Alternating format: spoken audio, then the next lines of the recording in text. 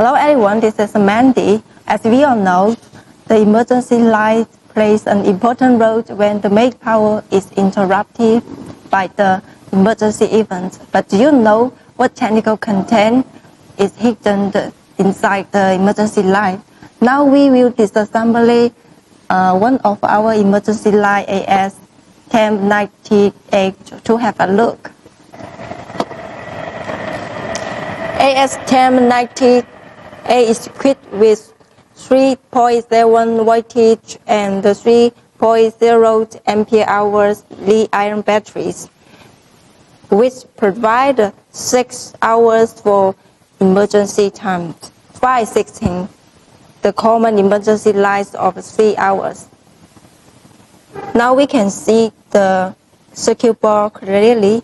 We are using integrated circuit board to control the switch button, the indicator lights, and the line. However, the common one in the market just use two separated circuit boards, one to control the switch button and another one to control the indicator and the LED light.